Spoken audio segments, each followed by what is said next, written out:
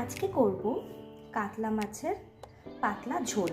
এই গরমে পাতলা ঝোল করাই খাওয়াই ভালো। আদা জিরে বাটা দিয়ে করব। এখানে নিয়েছি অল্প একটু আদা বাটা, 2 চামচ টমেটো বাটা, আর একটা আলু লম্বা লম্বা করে কেটে নিয়েছি, অল্প নিয়েছি ধনেপাতা আর 4টে কাঁচা লঙ্কা। রান্নাটা হবে সর্ষের তেলে। সর্ষের তেল গরম হতে দিয়েছি, নুন হলুদ মাখানো আছে মাছটাতে, ওই জন্য এরপরে মাছগুলো ভেজে নেব। মাছগুলো হালকা করে ভেজে নিচ্ছি। এটা আসলে আমার পেটির সাথে জন্য করছি, আমার দুটো রয়েছে ডাক্তার দেখাতে যাচ্ছে পেটের ডাক্তার, সেই কারণে তো পাতলা করে ঝোল করবো। আমার বয়সে একটু কোনো বেশি রিচ খায় না, আমার একটু রান্না রিচ, তা আমি হালকা করেই করবো এটা। এখানে নিয়েছি 1 চামচ ধনে গুঁড়ো, 1 চামচ জিরে গুঁড়ো, 1/2 চামচ হলুদ গুঁড়ো আর একটুখানি লঙ্কা গুঁড়ো। মাছগুলো ভাজা হয়ে গেছে, এবারে তুলে নিচ্ছি। সবাই আমাকে বলে আমি খুব রিচ রান্না করি, সেই জন্য আজকে একটু হালকা রান্না করে দেখাচ্ছি। আমার বাড়িতেও ওই বদনামটা আমার আছে যে আমি একটু তেল ঝাল দিয়ে বেশি খাই।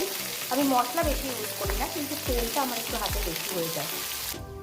এইটুকুই তেল বেঁচেছে, এর মধ্যে দেব কালো জিরে ফোড়ন। এরপরে এর মধ্যে আলুগুলো দিয়ে দিচ্ছি।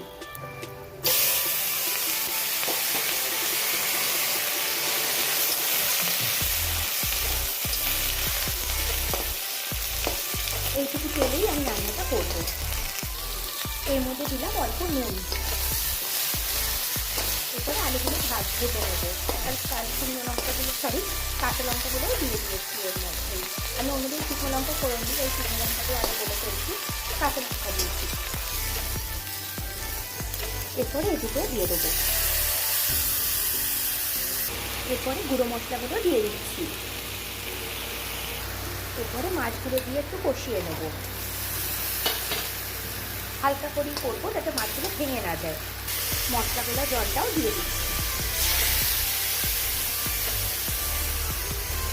একটু ঝোল রাখবো, কারণ আমার বর একটু ঝোল খায়, তাই একটু বেশি করে জল দিলাম। ফুটে গেলেই রেডি হয়ে যাবে পাতলা করে মাছের ঝোল জিরে আদা বাটা দিয়ে। তারপরে তো সার্ভ করার পালা।